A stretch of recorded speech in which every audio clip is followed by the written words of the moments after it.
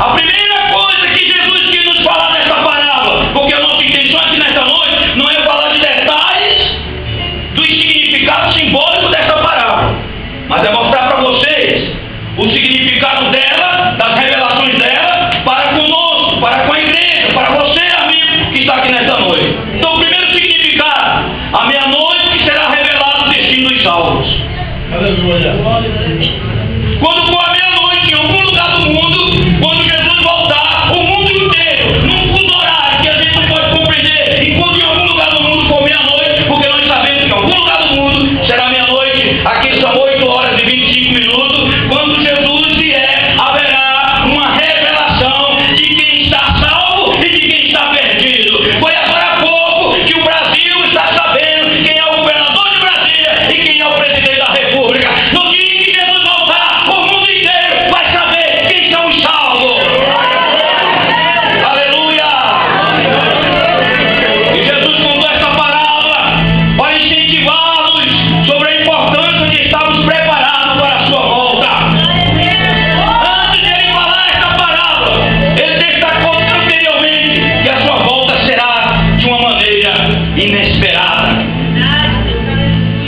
Se você ler o contexto anterior do capítulo 24 de Mateus, você vai perceber que em vários momentos, em várias etapas, capítulo 24, são muitos versículos, são 45 versículos, mas em cada um desses versículos, Jesus ele vem alertando os apóstolos, ele chama os apóstolos, ele está num monte, e os apóstolos estão preocupados agora com a sua volta, e dizem: Senhor, quando isso vai acontecer?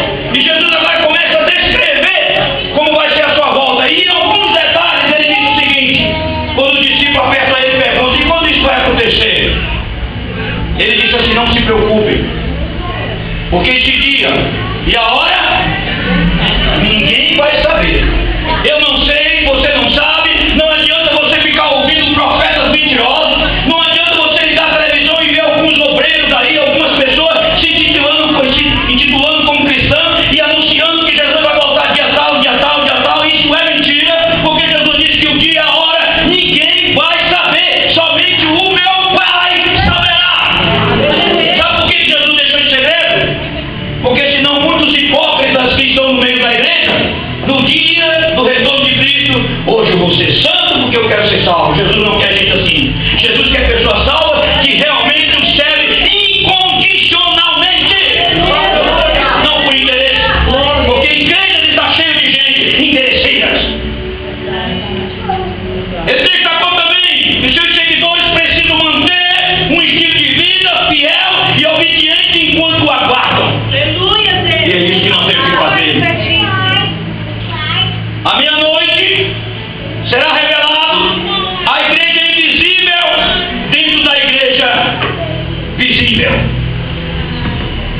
Nesse momento, olhando aqui à minha direita, olhando à minha esquerda, olhando aqui à minha retaguarda, eu vejo uma igreja visível. Eu olho nos seus olhos, eu contemplo o semblante de cada pessoa aqui nesta noite, e eu consigo ver uma igreja visível. Mas à meia-noite, quando Jesus voltar, o que ele quis mostrar é que vai ser revelado uma igreja invisível dentro da igreja visível. Observem, são 10 filhos. 10. Esse número, como eu disse que não vou tratar muito de simbologia, mas esse número, ele mostra uma totalidade. E aqui tem uma coisa interessante. Mostra um inchaço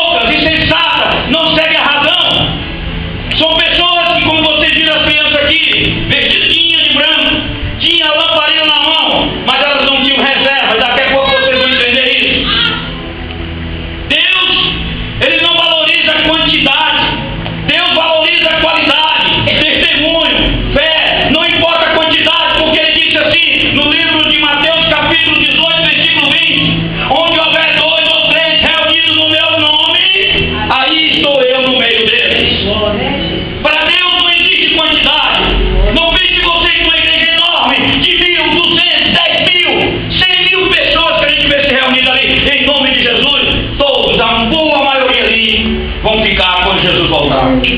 Infelizmente. À meia-noite será revelado quem tem reserva de azeite nas lâmpadas. Todos têm lâmpadas para guarnecer-se de azeite. Lâmpada, símbolo do Espírito que está pronto. O nosso Espírito é como a lâmpada que foi acesa de novo, do novo nascimento. Você é nascido de novo.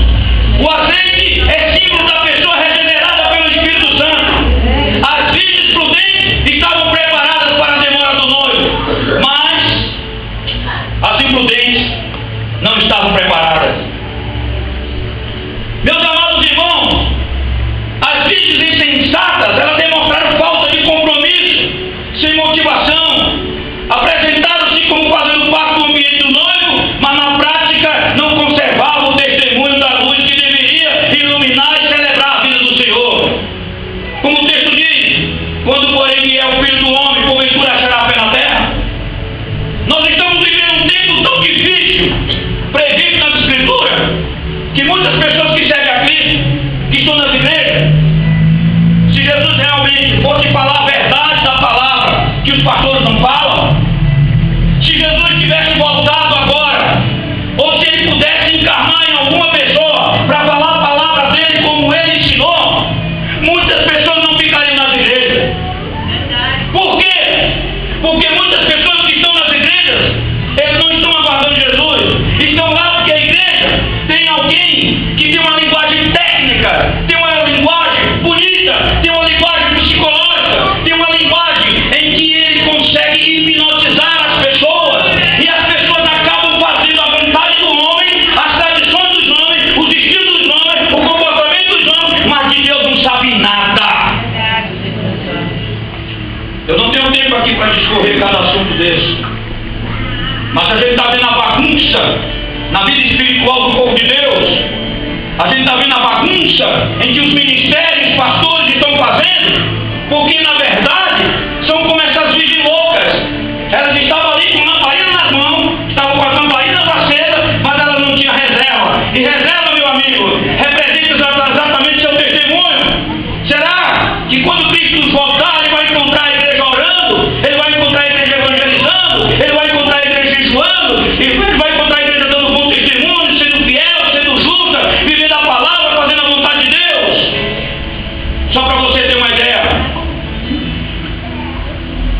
muitos crentes que aqui estão e espalhados por esse Brasil e por esse mundo, até numa coisa simples, eu digo simples, mas é porque não dói tanto em mim, né? Quando leva uma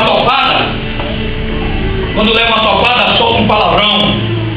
Quantos crentes, e quando passa por um problema com o marido, com os filhos, com a esposa, solta um palavrão. Não é ético eu dizer esse palavrão aqui, não é ético, mas até palavras mais simples que as pessoas têm, que se tornou tão comum, que nós trouxemos uma mensagem seguida aqui sobre o que corrompe os bons costumes. O que corrompe? Aí a gente vai citar a Bíblia assim: as más conversações ou as más companhias, não é mesmo? Está escrito lá no livro de 1 Coríntios capítulo 15, versículo 33. Mas não presta atenção nesse detalhe. Você sabe o que é? O que corrói os bons costumes? Sabe o que é? O que nós trouxemos a mensagem é, presta atenção, acostumar-se. Acostumou a xingar, ninguém tira. Pode o pastor falar que eu continuo, vou xingar. Aí Jesus diz, Mateus capítulo 12, versículo 36 e 37, ele diz o seguinte: no dia do juízo, toda palavra indecente, imoral, que você profetizar, você vai dar conta dela no dia do juízo. Confira na sua Bíblia. Pastor nenhum fala mais disso nas igrejas, e as pessoas continuam falando palavrão. Fala palavrão no trabalho, fala palavrão na rua, fala palavrão no trânsito. O camarada dá uma fechada nele, pá! Dá o dedão pro camarada, não é? Ó, o irmãozinho, a irmãzinha, tá no carro, na igreja canta que é uma bênção. Para pregar que eu prego que é uma bênção. Mas na hora que tem uma fechada, ô meu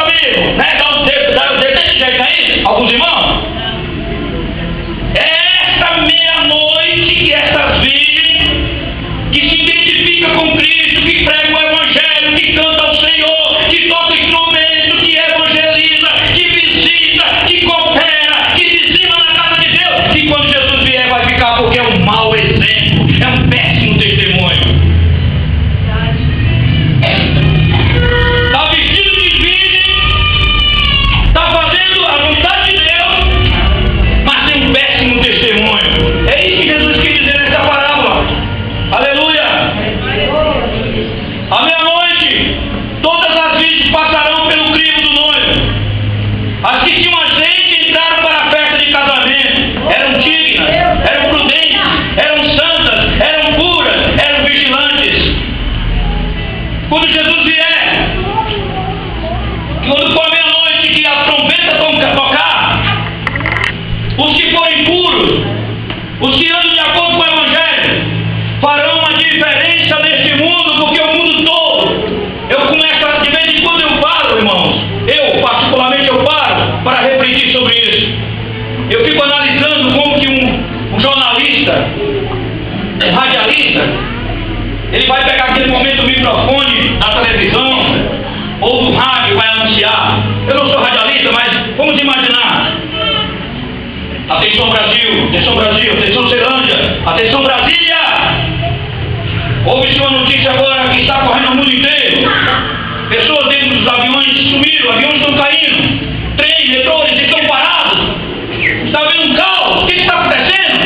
Nos hospitais, crianças sumiram, pessoas sumiram, médicos, enfermeiros. Atenção Brasil, é uma coisa de louco, ninguém sabe o que informar mais. Famílias, pessoas estão gritando pelo meio das ruas. Somente pessoas, algumas pessoas que sumiram, nem todas. Mas sabe-se que a esposa foi, o marido não foi, que o marido foi e a esposa não foi, que os filhos foram, mas os pais não foram, e que alguns pais foram e os filhos não foram. O que está acontecendo?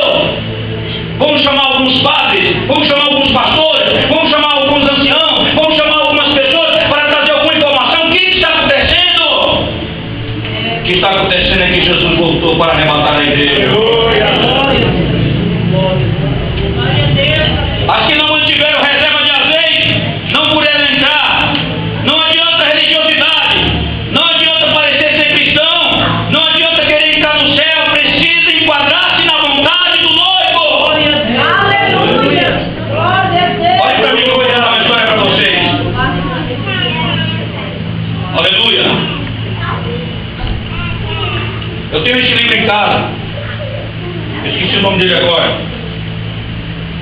Mas uma moça que ela aceitou Jesus, e ela se apegou tanto com Cristo, e se tornou uma pessoa com muita espiritualidade, e a família toda também no Evangelho. Mas o tempo passou, e ela não encontrava um namorado, até que um dia, ela se engraçou lá com um rapaz de trabalho, um colega de trabalho, e ela, com a intenção de muitos de nós, muitos jovens, quando estão solteiros, dentro da igreja, tem vontade de casar e não quer ficar para titio ou para titia, resolvem sentir sentimentos por aquela pessoa, onde a Bíblia diz lá, em 2 Coríntios capítulo 6, a partir do versículo 14, que não devemos manter julgo desigual com os infiéis. Mas essa moça resolveu se aproximar desse rapaz, e esse rapaz começou a gostar dela, ela também passou a gostar demais desse rapaz. E aconteceu que um dia ela foi e falou para ele: olha, eu só posso namorar com você se você fizer parte da minha fé, porque eu sou uma serva de Deus, gosto de você, mas eu não vou obrigar, não posso conviver com uma pessoa dessa forma. Ele disse: não, isso não é problema não. Prontamente, o que eu tenho que fazer? Eu tenho que ir na minha igreja, aceitar Jesus, batizar e fazer parte da nossa comunhão. Não, isso não é problema não, eu gosto de você, eu vou fazer isso. Ele veio para a igreja, aceitou Jesus, se batizou nas águas, começou a participar da ceia, e o amor deles estava uma coisa tão profunda, e ela conhecia a Bíblia, que a Bíblia diz o seguinte: se é de abrasar, casa. E aí marcaram a data de noivado, de casamento, muito rapidamente.